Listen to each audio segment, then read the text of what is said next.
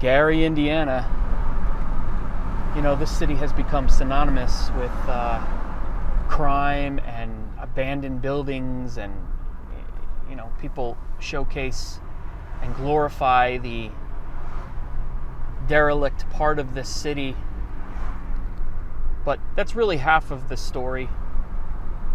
I mean, despite its reputation for being a dead city or a dying city or an abandoned city, there's actually quite a bit of life left here, a lot of business that still goes on. So I want to actually drive around and show you what it really looks like here and explain what happened to Gary, Indiana.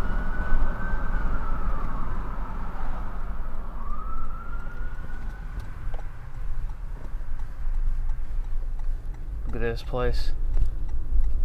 This used to be a road that you could drive down to your house.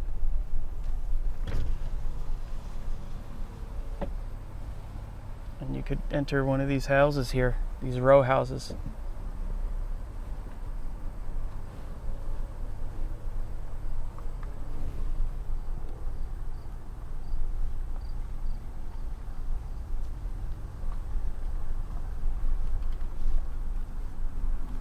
And crime is relatively high here, but certainly not even near the highest in the country.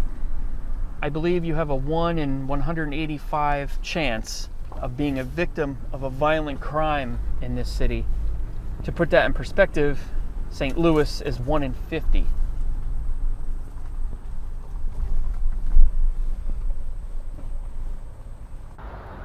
This is the old Union train station here. Apparently it's been closed for 50 years or so. Sign still says temporarily.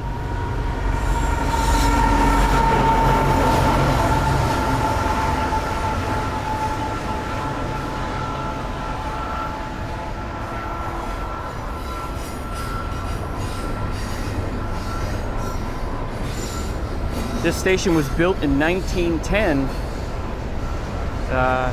just 4 years after Gary was founded. And this station transported thousands and thousands of workers from around the country to come and work in the steel mills here. Coal, iron, ore, U.S. mail arrived daily through this station.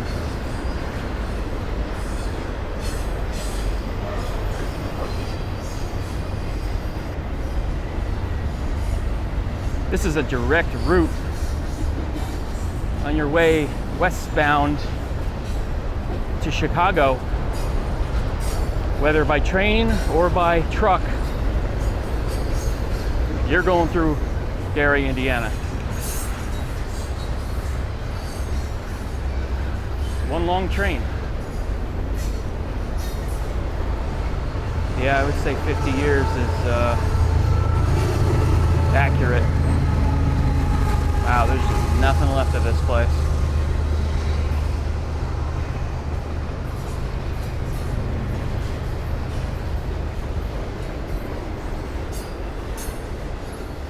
I'm sure it was beautiful at one time, though.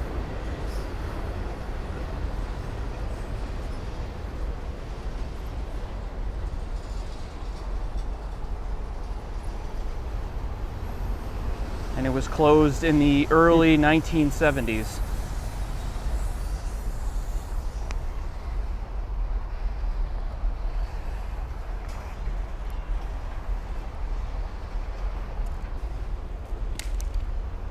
Nah, wooden stairs, that's okay.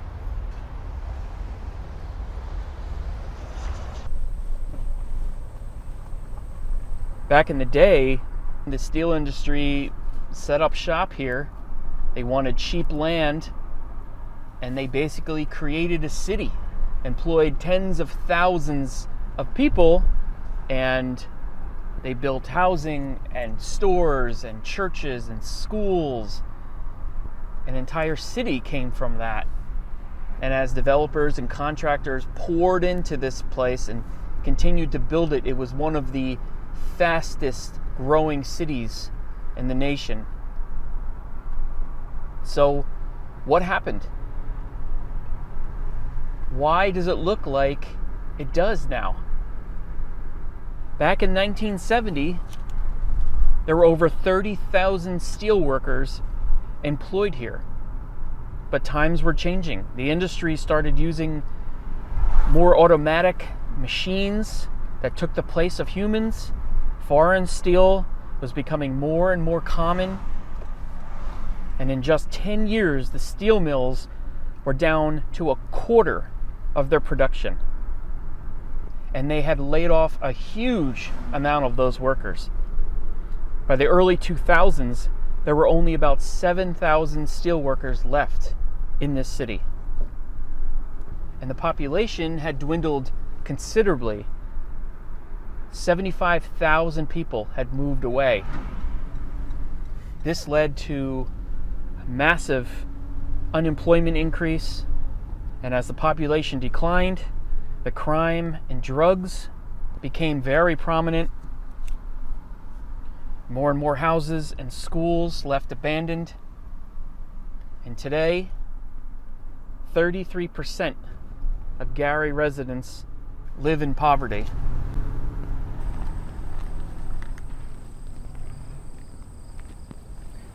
Just imagine years ago coming here for football games and things like that. So this is the football field or the stadium for Roosevelt High School. I'll show you the school in a minute, but I just wanted to check out the fields. Their athletic teams were the Panthers, the Roosevelt Panthers.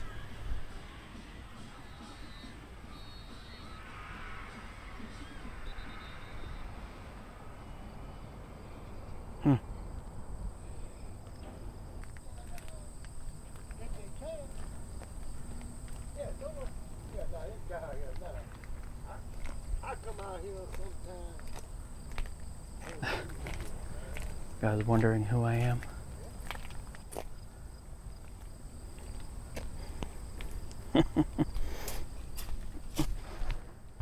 The school actually opened in 1931, and it was the first and only school here built for the African American community. And in 2012, the Indiana Department of Education took control of the school due to poor academic performance. But it was announced June of 2020 that the school would be closing indefinitely.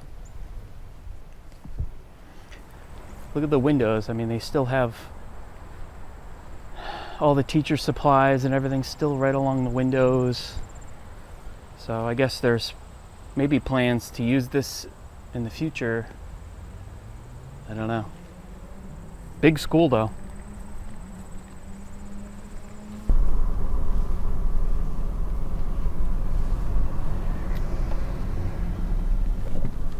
In a lot of ways, it's a typical, I don't know, Midwest city. You know, albeit a little rundown, but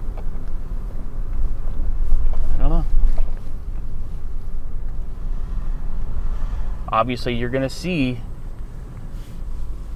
a lot of this. I mean, there's a lot of abandoned buildings. You know, it is certainly not what it used to be.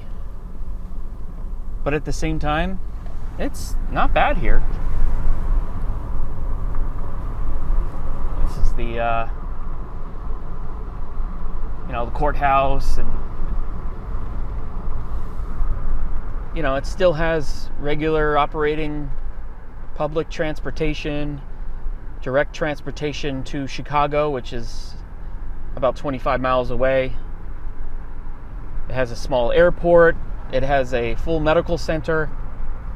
And it even has the South Shore Railcats and their beautiful new baseball stadium.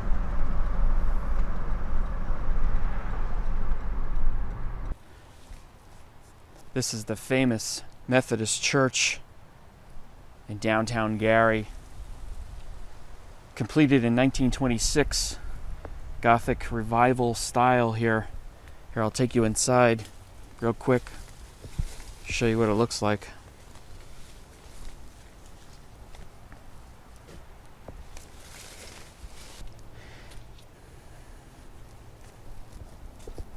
This church was completed in 1926 at a cost of $800,000. And I think at the time it was the largest church in the Midwest. It could hold 3,000 people. The population decline of the 60s and 70s was a major blow to this church, and there simply weren't enough members to support it, for the upkeep and the repairs necessary. And it finally closed its doors for good in 1975.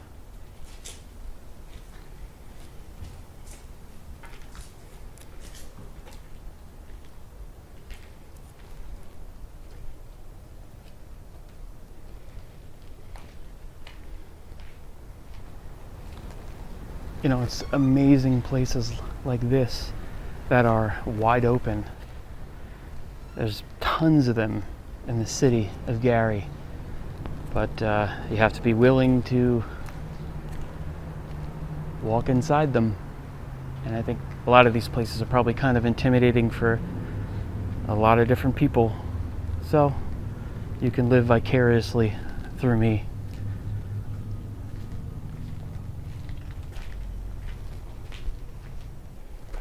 All right, on to the next place. Just a quick view in here.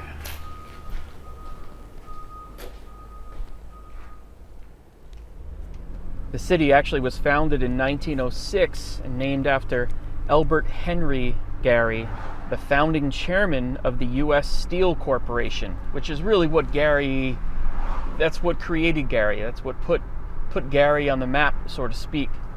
Now, of course, there's been a major decline here, especially since the 60s. The population is down 60%. And the future is uncertain. While many have said the city will die off, there are signs of a reemergence. Recently, it was granted $20 million for a new YMCA and a new healthcare facility, plus a $10 million donation for that project. And recently, I think within a year ago, a new Hard Rock casino opened up, and that has been a major draw to this area and quickly became Indiana's #1 revenue earner. Not to mention the city's new $45 million minor league baseball team stadium. But of course, this city still has a long way to go. But if you like a more affordable, less expensive place to live, not far from Chicago, and plenty of fixer-uppers available, Gary is possibly the place for you. Oh, and there's actually one more great reason to move to Gary, Indiana. It has the beach. This is Lake Michigan. Probably about 15 minutes from downtown.